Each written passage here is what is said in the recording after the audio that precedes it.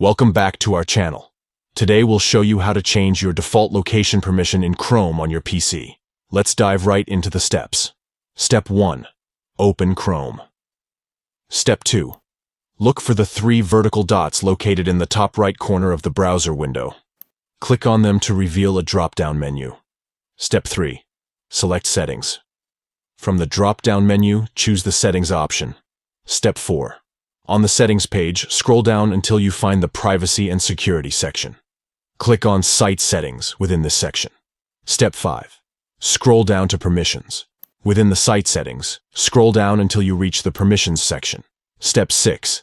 Click on Location. Locate the Location option under the Permissions section and click on it to access the location settings. And there you have it. You've successfully learned how to change your default location permission in Chrome on your PC.